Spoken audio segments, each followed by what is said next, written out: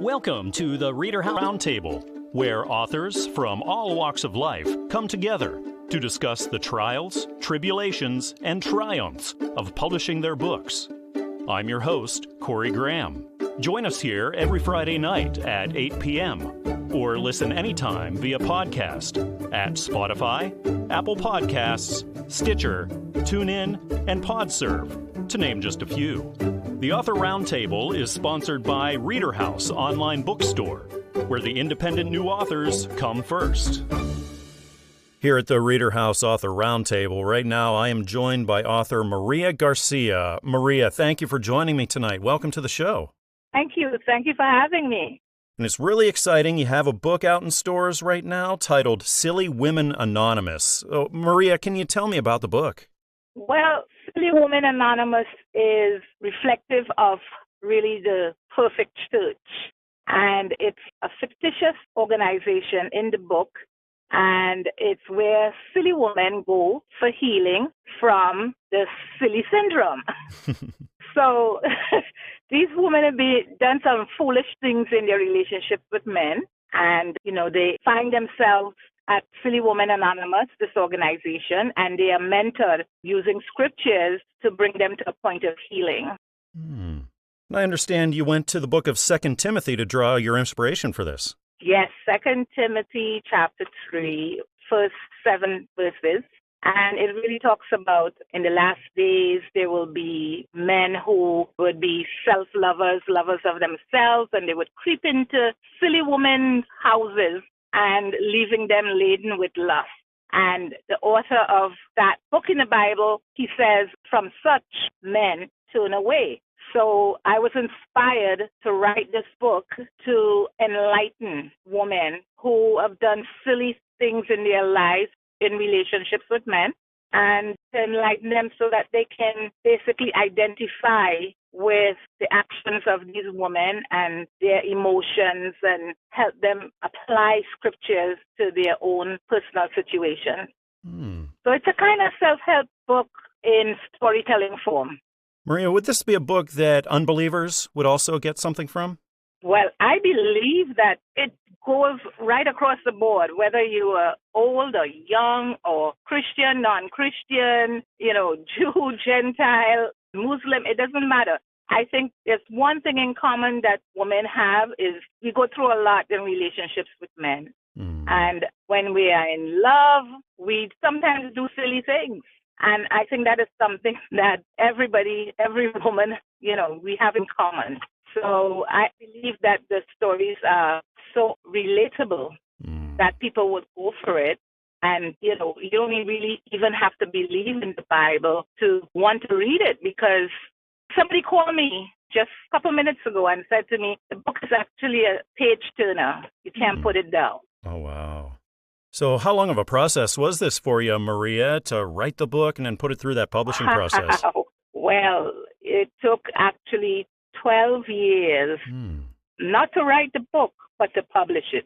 I wrote the book in about a couple of months, but I held on to it until I felt the moment was right to release it. So the time is now. This is my moment, and I'm going for it all the way. I'm glad you did. I can only imagine what you were feeling the moment that you got that first copy in and you got to hold this book in your hands for the first time. What was that like, Maria? And it was like, finally, my life is coming full circle. That's how I felt. I felt this book had a lot to do with my destiny, and it's just the beginning of a new chapter in my life. So it was really heartfelt emotion. And have you given thought to writing another and publishing more? Well, actually, the sequel to Silly Women Anonymous is already written. Oh, wow. And it's already in the publisher's hands. And I believe sometime maybe before the year ends or early next year, it will be on the bookshelf. And just to give you a little teaser, it is the same stories that are in Silly Women Anonymous, but told from the men's perspective. Interesting. So my intention is to get men and women together and start talking about these issues so that they can realize that men and women think differently and your emotions are a little bit different from each other. I know a lot of readers are really going to love this book, and I encourage my listeners out there to go out and check this book out. It's titled Silly Women Anonymous. It's written by Maria Garcia. It's published by Newman Springs Publishing. You can find this one everywhere, like Amazon and Barnes & Noble, iTunes, and down the street at your local bookshop. Well, Maria, thank you again for joining me tonight, telling me about Silly Women Anonymous. I hope we get to talk again sometime. Okay, thank you. Thank you for having me. Right now here at the ReaderHouse Author Roundtable, I'm sitting right next to author Charles Buday. Charles, welcome to the show. Thanks for being here with me tonight. Thank you very much. I'm glad to be here. Thank you. I'm glad to have you. You have a new book out in stores titled Stone Angel. Charles, what's this book all about? It's a love story is what it is. It's a man and a woman that meet under extraordinary circumstances. We follow them together for about a year and watch their relationship develop. What sorts of readers did you have in mind when you were writing this? Really, there's not that many men that will admit that they like romance novels, but a lot of them do, you know? Mm-hmm. So women, of course, anyone over age 20, there's some vulgarity, there's a little bit of violence, but not, nothing gratuitous. It's mostly about affection, feelings, loyalty, such as that. How did you get the idea for this story, Charles? Well, it's crazy. I was watching a documentary about out-of-control paparazzi in Hollywood, how they hound and stalk and sometimes even hold celebrities hostage, while they take their photographs. There's an iconic picture of Paris Hilton trying to leave a parking lot at night with a young male driver, and they're surrounded by photographers who just kept flashing and wouldn't let them leave. And I realized that, it wasn't about pictures anymore. Now it was about power. Sarah Jessica Parker in this documentary said there's nothing can be done about this, and I thought to myself, oh, yeah, sure there is, So I just came up with the concept of a company that protects these people in their own special way. Interesting. Charles, when it comes to writing and being published and all that, have you ever done it before? Well, I retired about 15 years ago, and my wife pretty much, told me, you better get a hobby, pal, because you're not going to be hanging around the bars. So I started writing, and I've read a lot of short stories. I have a couple of manuscripts laying around. This book here is probably the only one I'm really proud of. I like this book, and I'm my biggest critic.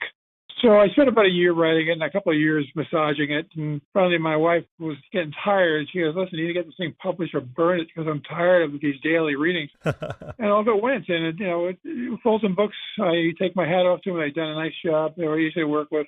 I'm very pleased. I don't know if you're looking at the cover of it, but the cover blew me away. I had a concept. I gave them my thoughts. They did the exact opposite, and it's 100 times better than I was. What was that moment like for you then, Charles, when you got the first physical copy of Stone Angel and you got to hold this thing that you've been working on? Well, it was a good feeling, a feeling of accomplishment. But to tell you the truth, it also came with a little bit of dread, I hope it didn't bomb or, be worse, be an atomic bomb. I didn't write this to make money. I don't think too many people write books to make money unless their name was King or Patterson. But there's an investment here, and I'd just like to get that money back. Everybody that's read it so far that's gotten back to me really likes it, and I really believe them. So, if I get my investment back, fine. In the meantime, I'm just happy that a lot of people are pleased with what I wrote. Have you given any thought to maybe a sequel to this or some other kind of writing in the future? Well, I tell you the truth, I'm about 15 chapters into a sequel. It's getting a little mired, Anybody that reads Stone Angel will probably finish and say, how in the world can they make a sequel to this? But I've got some ideas, I'm working on something else. There'll be something, I'll be moving something ahead most likely in the next year. Yeah, sometimes the writing process can be kind of choppy, sometimes you'll be writing and the words are flowing out and it's real easy, but sometimes you get writer's block and nothing's coming out. So, Charles, do you get stuff like that? And then how do you get through those challenges? Of course. I watched this movie about Truman Capote one time, and I'm watching the actor who, I forget his name, but a wonderful actor, he passed away, who sat with a typewriter and just wrote one page or another page or another page. I say, who can do that? I actually started with the concept of this protection company, and I worked a story around it. So basically, I started the story in the middle.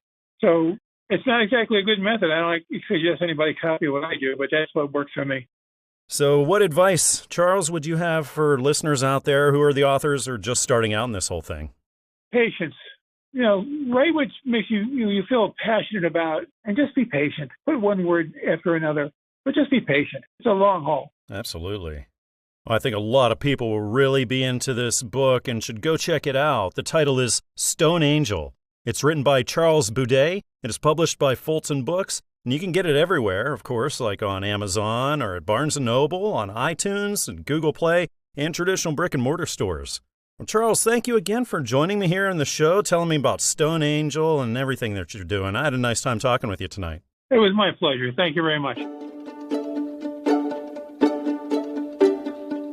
Sitting right next to me now here at the ReaderHouse Author Roundtable is Fierce Fiore. Fierce, welcome to the show. Thanks for joining me tonight. Oh, thank you so much for having me. Well, I love the title of the new book you have out right now. It's called No Freaking Onion. So, Fierce, this is a cookbook. This is maybe for people with food allergies. Can you tell me all about it? Well, it's pretty much as it says, no freaking onions. There's not an onion to be found whatsoever. And there's just so many recipes.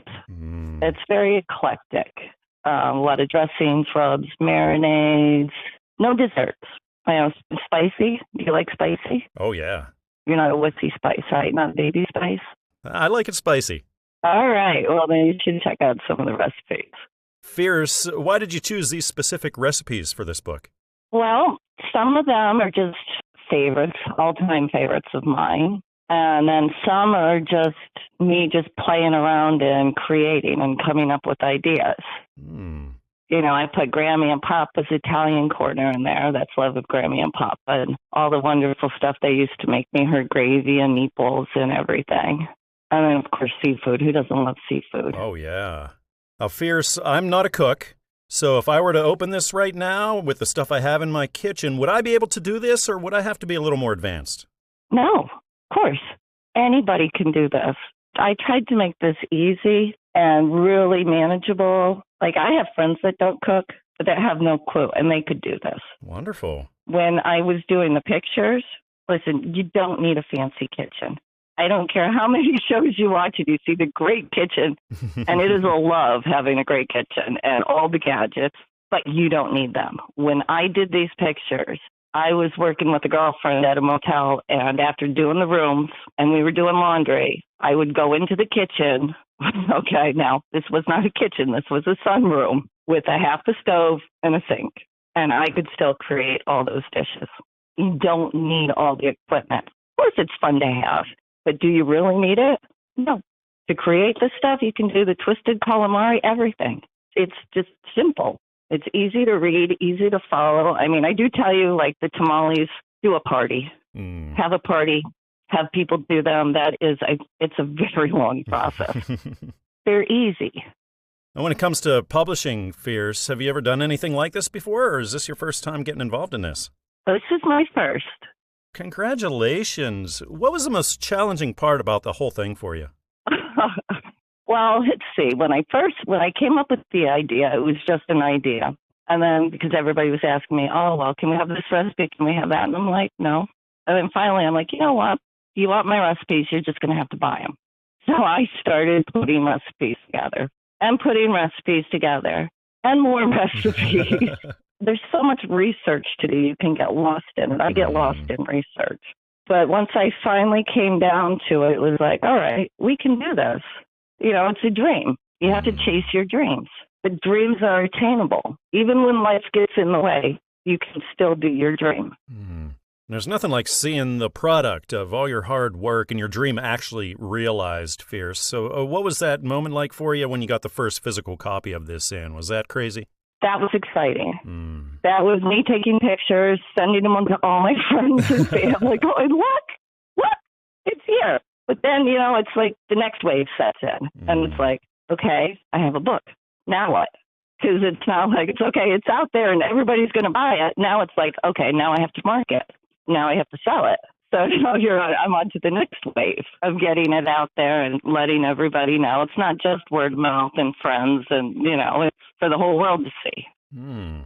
Well, I encourage my listening audience to check this out, especially if you're not that great a cook, because I think you'll find out that you can cook, and there's some great recipes in here. It's called No Freaking Onion. It's written by Fierce Fiore. It's published by Newman Springs Publishing. And of course, you can find it everywhere, like on Amazon and Barnes & Noble and iTunes and down the street at your local bookshop, too. Well, Fierce, it's been great talking with you tonight and learning about no freaking onion and all the spice that you're putting in your food. I had a really good time tonight.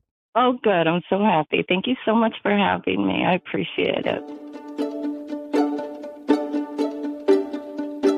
Here at the ReaderHouse Author Roundtable, I'm sitting right next to author Alan Withers. Alan, thanks for joining me here tonight. Thank you for inviting me. It's really exciting. You have a new book out called A Guiding Light to the Future. So, Alan, can you tell me about the book? Okay, this is the most mind-expanding book that I think has ever been written. It takes one from first principles about light in its physical manifestation and also in its spiritual manifestation. It helps us understand certain basic ideas that govern our lives in a more positive way, ideas which will help us understand the life experience. The only way I can prove this is present time is through those who've had a near-death experience and have always seemed to come back with a similar idea, as that they look down on their physical body and realize they are very much still alive and they're composed of light, a higher spiritual light than their physical body is just something that they use this lifetime. So I think we're beginning to be more ready for these new understandings to help us forward. As science expands in so many different areas, I think needs to be a much more ready acceptance of some of these new spiritual ideas that are coming to us. Fascinating, Alan. You got to tell me, how did the idea come about for this? How were you inspired to write? Well, it seems to be something I've been interested in my whole lifetime. And from a very early age, I started writing books going more into metaphysical ideas of understanding life. And it's taken me through a very interesting experience of life, visiting many different groups. And I've been lucky to be guided to areas that seem to have a similar theme running through them all the time. I think it's about time. I think we're in a crisis of understanding of what life is really about this time on the planet. There just seems to be so many different areas that are coming together of a crisis of understanding. And instead of having divisive ways of trying to solve this, I want us to have a more spiritual way of seeing each other more as brothers and sisters than someone who has an idea that I don't like and I don't want anything to do with them. If we go to our higher selves, then we'll have a better understanding of who we truly are. How long of a journey was this for you, Alan, from when you first sat down and started writing those first few words up until it hit stores? First started to put my ideas down about 10 years ago, and I looked at it and I thought, well, I know this is interesting, but I'm not sure it's quite ready to let people out there read it. So I've been trying to think a bit deeper and push myself more deeper into meditation and get higher ideas, which I think will be more attractive to people. So it's the last 2 years, really, I've been able to put this down in writing and hope that other people will also be excited by it. Is this your first foray into the world of writing and publishing?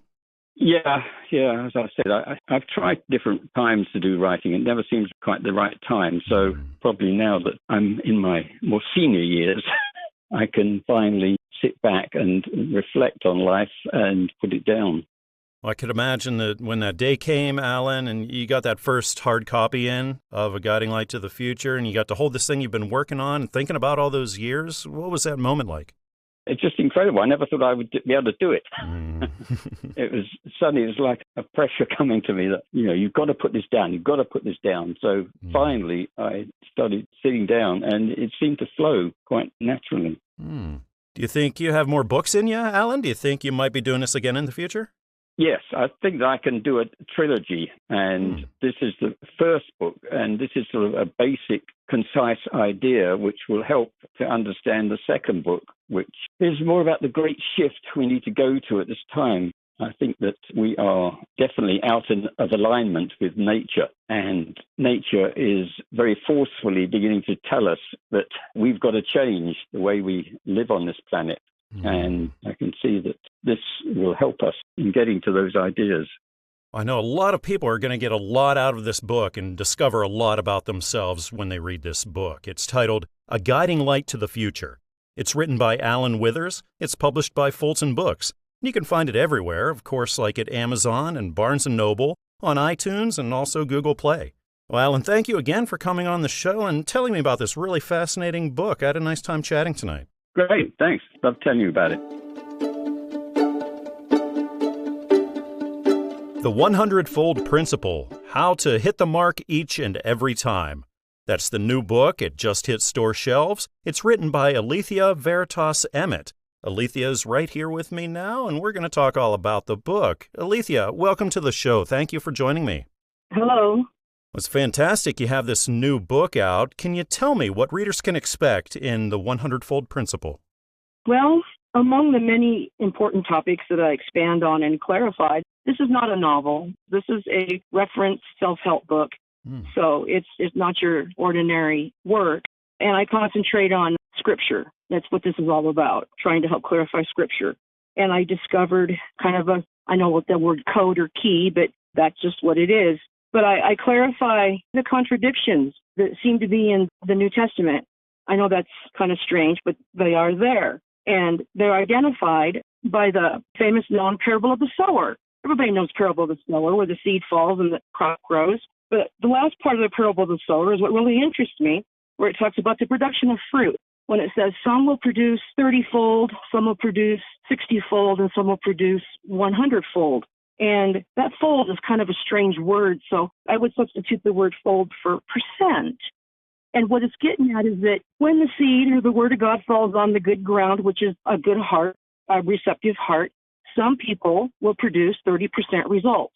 Some people will produce 60% results, and other people will produce 100% results. Hence, that's kind of the name of my book, The 100-Fold Principle on how to hit the mark, each and every time. And this is just not a one-time thing, because chapter 2 is the parable of the sower, and the next chapter is the three wills of God. Interestingly, out of Romans 12:1 and 2, the very last line of Romans 12:2 is that you renew your mind that you may prove what is the good, acceptable, and perfect will of God. Well, here's those same category of three. Now, through my discernment or my spiritual logic, I would assume that those that produce 30% results are in God's good will. Those that produce 60% results are in God's acceptable will. And those that produce 100% results, which really isn't that hard to do, and my book explains how, will get 100% results. And then this also builds upon the next chapter, where in the book of 1 John, the Apostle John describes three categories of people. He addresses the little children, the young men, and the fathers. So now we're going to expound on that fact that the little children who get 30% results are in God's goodwill. This is all, spiritual fruit, And those, the young men, the mature young men who get 60% results, that's God's acceptable will. And then you have the fathers. And the fathers are the head, the elders, the, spiritual Sanhedrin, whatever you want to call them. And they get 100% results 100% of the time. And then it just keeps on building. That category of three is just repeated throughout the whole book. And there's 5 pages of tables of contents, and I address 100-fold topics. And then in the end, I introduce metaphysics into the whole picture from Charles Fillmore and his Metaphysical Bible Dictionary. Alethea, sounds like there's a lot in this book. Did this take you a long time to write? Friends told me that I needed to put down to paper all the information. They ordered me. They did. They said, Alethea, sit down. We want you to write down everything that's been rattling around in your head for your whole life. And I just looked at them and I said, are you crazy? And they said, no, you'll be crazy if you don't. And so I had a net core of friends who kept pushing me. And it wasn't easy because I ended up for a long period of time homeless for a while. And so I got an old manual typewriter and went to Staples and got the ribbon for it. And for 15 years, and just the last few years here, I've been able to have electricity. And that's when I got my new laptop, and it took me about 3 years to actually type it all up and get it all took care of.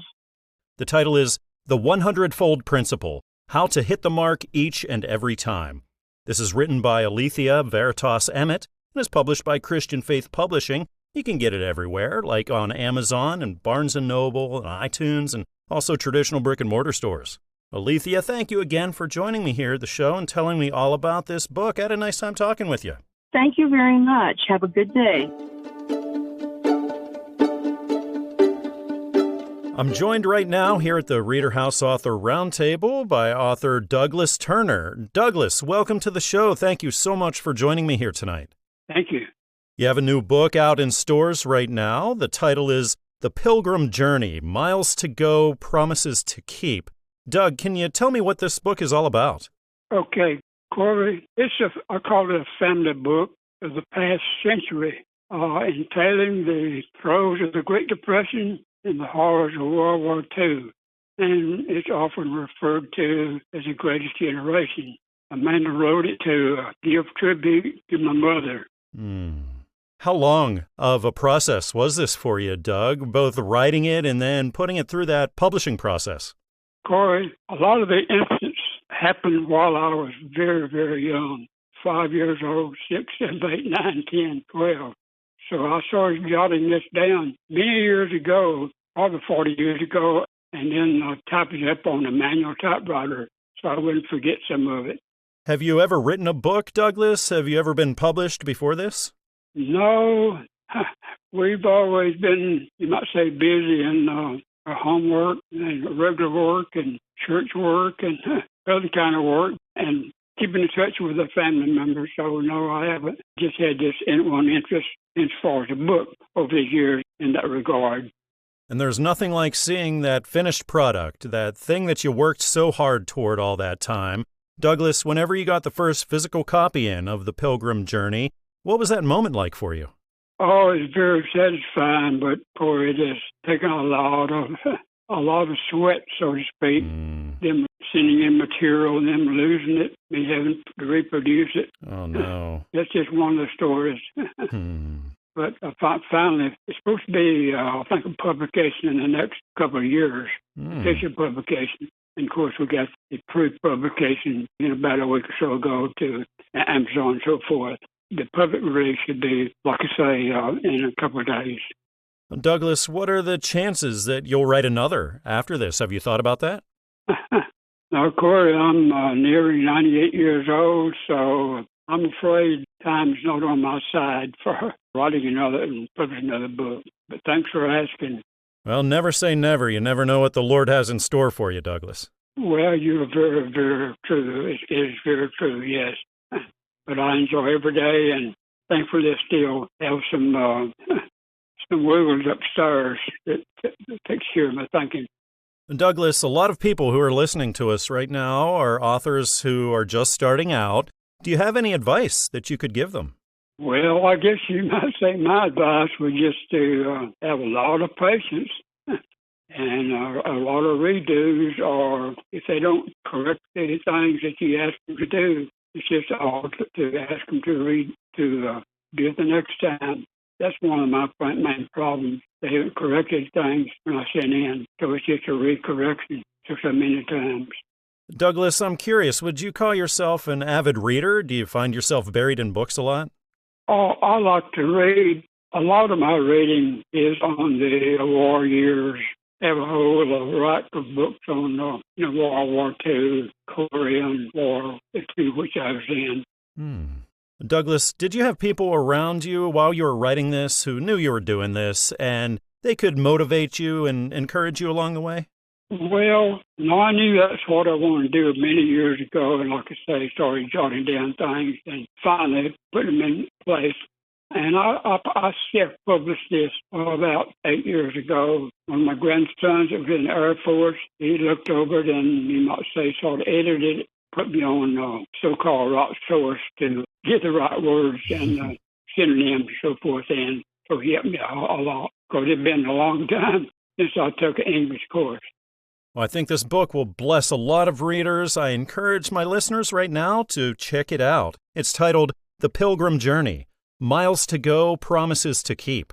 This is written by Douglas Turner, and it's published by Christian Faith Publishing. And of course, you can get it anywhere, like on Amazon or at Barnes & Noble, on iTunes, and also at traditional brick-and-mortar stores. Well, Douglas, thank you again for joining me here tonight and telling me all about The Pilgrim Journey. I had a nice time talking with you. You're very nice for contacting me, and I appreciate you calling. Joining me here now at the ReaderHouse Author Roundtable is author Gail Winter. Gail, welcome to the show. Thanks for being here with me tonight. Well, thank you for inviting me. I'm very glad to be here. I'm very glad that you're joining me, especially because you got a new book out. It's titled Nuclear Prayers That Blast the Devil, a Spiritual Weapons Handbook. Gail, you got to tell me all about this book. It's explosive. Really, when we learn to pray correctly, it really comes down to declaring we become nuclear to the devil. And, he has to back off because we are walking in authority using the Word of God and the blood of Jesus. And, that creates a wall of protection he's just not able to penetrate. Gail, was it just believers in general that you were speaking to with this, or did you have more of a narrow group that you were writing for? Well, it's really for all people because I certainly lead people through salvation and I help disciple them because so many new believers get lost soon after they're born again. They don't have right direction, whether they're not connected to a church or their church doesn't particularly do well in the area of discipling the new believers. And so many believers fall through the cracks. And if we could just show them the important things of their words, using their words to speak the Word of God and apply that to their everyday situations, it will literally change their lives. And so it's not just for mature believers. It's for believers of all kinds. And then I would say that it is for unbelievers as well that we, of course, hope to be saved, born again. Gail, can you go back and tell me about the time that you got the idea for this? You were inspired and you said to yourself, I got to sit down, start writing this thing.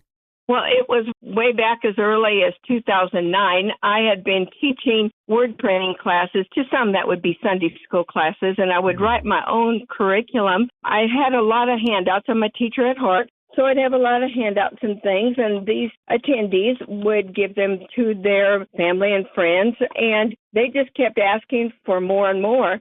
And also, my husband and I minister to a lot of people, and we needed everything together in one easy-to-use resource that we could quickly get our hands on, whether people were calling about needing healing or finances or their marriage, and that could be at their fingertips. So this has been developing since then.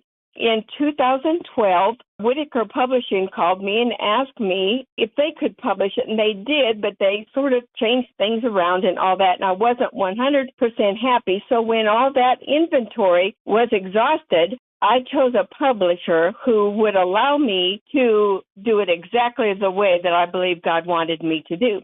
So it's been a long time in coming, and yet this very last edition has been since the end of 2022. I can only imagine the feelings that you had whenever you got to hold this book for the first time. What was that like for you, Gail? It's like having a baby. I mean, I've had a few myself, and this truly is like birthing a baby because, I spent over 5 months of many, many hours a day, 12 to 16 hours a day, 6 days a week, bringing this all together, and it was a profound project. And so then to finally see it in print was wonderful, mostly because I knew then that I could get it into the hands of many, many people who I believe can be helped by the book. Gail, I love your passion. I can tell that you love telling people about the Lord and you love teaching people. So do you think you'll be writing more in the future? Well, I actually have, Corey. I've written 4 other books, and I probably will write till the day Jesus takes me home. And I think a lot of people definitely will be helped by this book. I encourage my listeners right now to go and look for this, check it out. It's titled Nuclear Prayers That Blast the Devil, a Spiritual Weapons Handbook.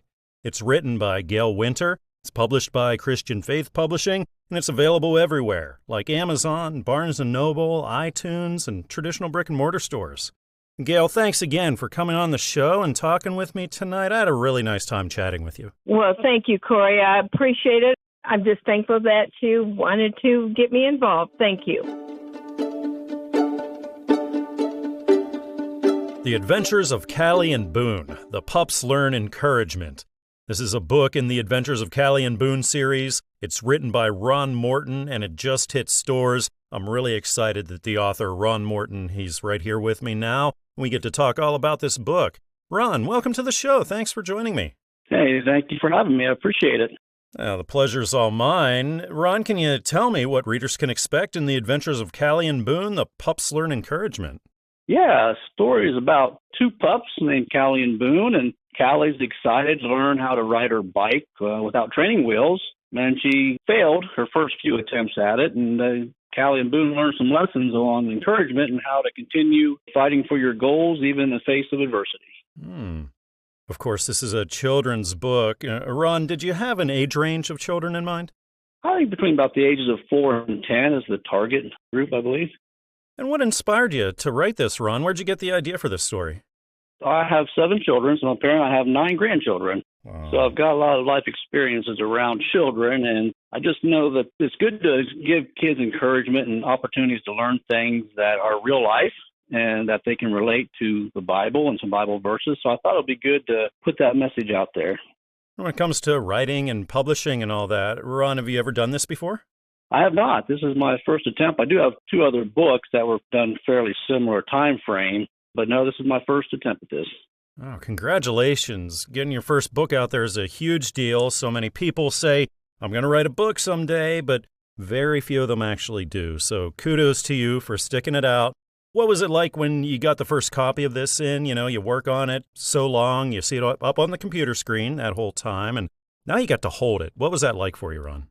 Yeah, that was very exciting to get it in person and actually hold it, and it kind of gave me some motivation. I just feel like the journey's begun when you finally get that first book. I feel like there's about 20 to 25 books in my head that's spinning that's along the same series, so getting that first one done in my hand just kind of motivates me to keep going and make more. Fantastic. Now, did this one take you a long time to do, being your first book? You know, I think it did. I don't know because I've never done one, so I'm not sure what the expectation was. But it took me about 6 months to write it, and then another good 12 months to get the illustration the way you wanted it and changing the words. So it was about an 18-month journey. So I don't know if that's maybe a little longer than it may should have taken, but I think it was a good ride. Yeah, the illustrations are something that's sort of unique to children's books because not only do you have to write the words and get the words right, but you got to make the visuals line up with what you've been writing. How challenging of a process was that to get the illustrations the way you wanted them? That was probably the most challenging part because I talked to multiple illustrators, and then you can't try to get perfection. You just got to get it the right way that fits your story. You know, in the beginning, I wanted it to be just exactly the vision I had in my head, and I told that to the illustrators and got different ones back in, and then I was able to find one that was really good, and so I'm very excited about how it turned out. And now that you got your first one out there, Ron, what's the most rewarding aspect to you of now being a published author? I think my children and grandchildren seeing it and getting to reading it, so I'm getting to see actual parents, you know, share it with their children. The stories have Bible verses in the back of the book, so I feel like that helps the child to relate the Bible to real life. So I want the stories to be about real life events that they see that they can relate to actual Bible verses. So I'm getting to see that with my own children and grandchildren. That's very rewarding, exciting. Do you have any words of wisdom now that you can offer to those listening to us right now who are authors just starting out with things? Yeah, I think the first thing in about anything in life is you have to pray about it, and then you have to listen to your heart. If you feel like it's something that you're being led to do and it's something you want to do, take baby steps if you have to. Don't have to do it all at once. Just take a little bit of time, take a break, go back to it, but just keep on going and you get there. And that's, don't give up. Great advice. Well, I know children and families are going to really enjoy this book. It's titled The Adventures of Callie and Boone, The Pups Learn Encouragement. This is part of the Adventures of Callie and Boone series, and it's written by Ron Morton. It's published by Christian Faith Publishing, and of course you can get it everywhere, like on Amazon and Barnes & Noble and iTunes, and also down the street at your local bookshops. Well, Ron, thank you again for joining me here at the ReaderHouse Author Roundtable and telling me about this series. I had a nice time chatting with you tonight. Corey, I appreciate you having me on. I appreciate it, and I really enjoyed it as well. There's a new book out in stores right now by author Joan Hope. It's titled Messages He Gave Me. Joan is sitting right here with me now at the ReaderHouse Author Roundtable, and we get to talk all about this book. Joan, welcome to the show. Thank you so much for being here. Thank you so much for having me. It's my pleasure. Joan, can you tell me what Messages He Gave Me is all about? Well, it's just a collection of sermons that I preached mainly in my own church over a period of about 10 years. And the topics are everyday things like complaining, keeping up appearances, helping God, things like that. It's written in conversational style for easy reading. And the book is just divided into 5 sections. One section about women and grandparents, another section says spiritual growth, Christian living, another one encouragement, and the final section was sermons that I preached at Christmas times, and that's called Christmas Blessings. So in a nutshell, that's what the book is all about. Joan, what inspired you to take your sermons and publish them in book format? Well, I thought that as I preached the sermons in my own church, they were just meant for the people in my church at the time. But as I thought about it, I thought there are people who can be blessed by these sermons, and it could bring comfort, assurance, or salvation or something to somebody who might be needing it. And therefore, if I put it in a book, it would go further than just, among the members of my church who had heard the sermon. Did it take you a long time then to take your sermons and then put them in that conversational tone you were talking about? What happened is I am an educator by profession, and so I teach. And when I teach, I just have, broad outlines, and that's what I preach from. But the good thing about it was that at the end of each sermon that I preached in church, the technical division gave me a CD of that sermon. And I had all these CDs sitting there doing nothing. And so what I did when I thought that it would be best for me to get the message out rather than having them sitting there, I got the CDs and then I transcribed them from audio to text and then sent them to the publisher. So I had the sermons that I over like 10, 12 years of sermons. And so I just cataloged them and got them together and got them, all sorted out and got them transcribed.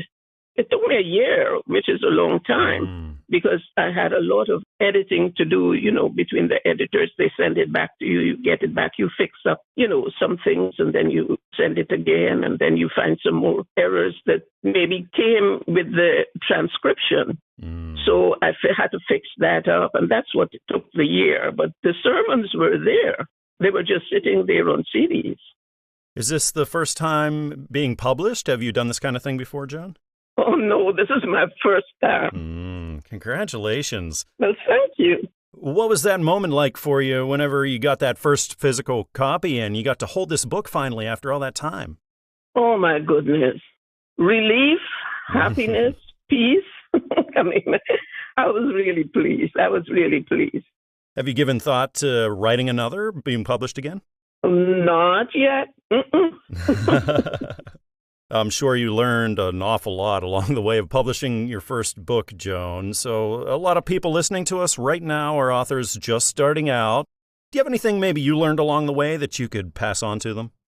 For new would-be authors, just make a start. And once you put your feet in the water and you know that you're not taking your feet out, you just go forward. Well, I know this book is really going to bless a lot of readers. It's titled Messages He Gave Me. It's written by Joan Hope, and it's published by Christian Faith Publishing, and it's available everywhere, of course, like Amazon and Barnes & Noble and iTunes and traditional brick-and-mortar stores. Joan, thank you again for joining me tonight, telling me about Messages He Gave Me and everything you do. I had a nice time talking with you tonight. Thank you so much for having me. It was a pleasure. If there's one thing you can be certain about in life, it's that life is uncertain, but there is hope. That's the basis of the new book out by Patricia Seward Graham. It's titled Hope in a Time of Despair, A Caregiver's Journey of Faith. Patricia is joining me here right now at the ReaderHouse Author Roundtable. We're going to chat all about the book. Patricia, welcome to the show. Thank you so much for joining me tonight. Well, thank you for having me. I'm excited about this. I'm excited to be talking about this book. Patricia, can you tell me what readers can expect in Hope in a Time of Despair? Yes, what readers can expect is a story about my caregiver journey with my husband. He suffered a stroke while we were celebrating our 30th wedding anniversary in Atlantic City, New Jersey. Oh, no. And as you said earlier, your life and situation can change in the blink of an eye. And that's what happened with us. In celebrating, looking forward to a nice trip, and suddenly the stroke happened, and it was just gut-wrenching and just threw our lives into a whirlwind.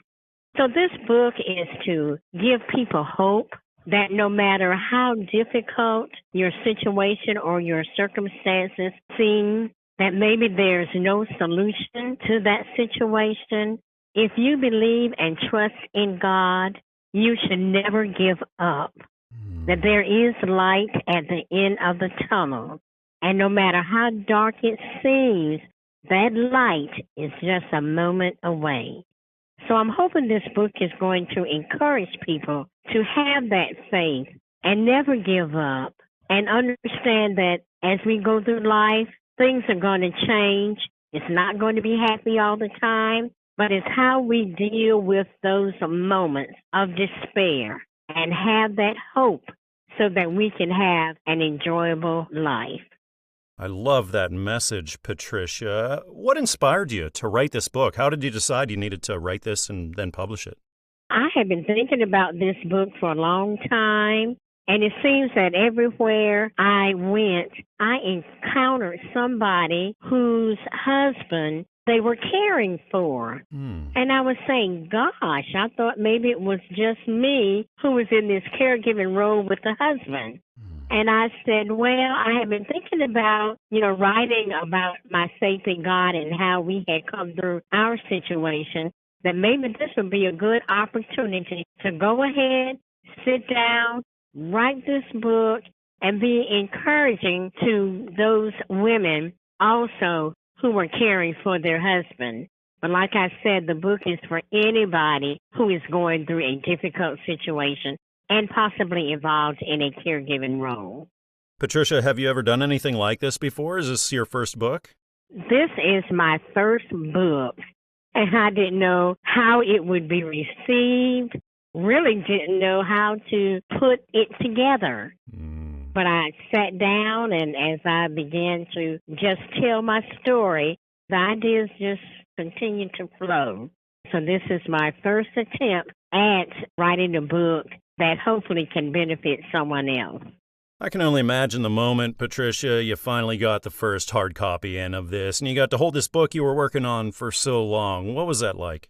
Oh, wow. You just really can't imagine, to look at it, to look at the cover and actually see something that you had dreamed about come to fruition. And I just held that book in my hand and just looked at it and said, wow, this is what all that thinking and writing and, a little bit of worrying as to whether or not the book would even be accepted.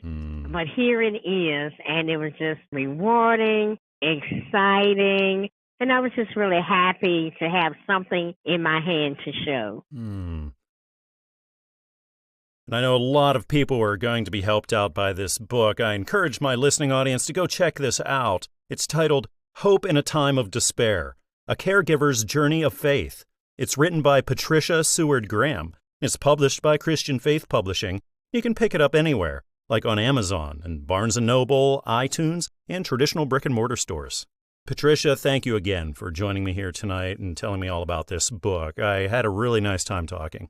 Well, thank you, and I hope this book encourages someone to recognize that although it looks bleak and dark, there is hope in a time of despair. Thank you. We hope you enjoyed this edition of the ReaderHouse Author Roundtable, where authors from all walks of life come together to discuss the trials, tribulations, and triumphs of publishing their books. We hope to see you back here every Friday night at 8 p.m. or listen anytime via podcast at Spotify, Apple Podcasts, Stitcher, TuneIn, and PodServe, to name just a few. The Author Roundtable is sponsored by ReaderHouse Online Bookstore, where independent new authors come first.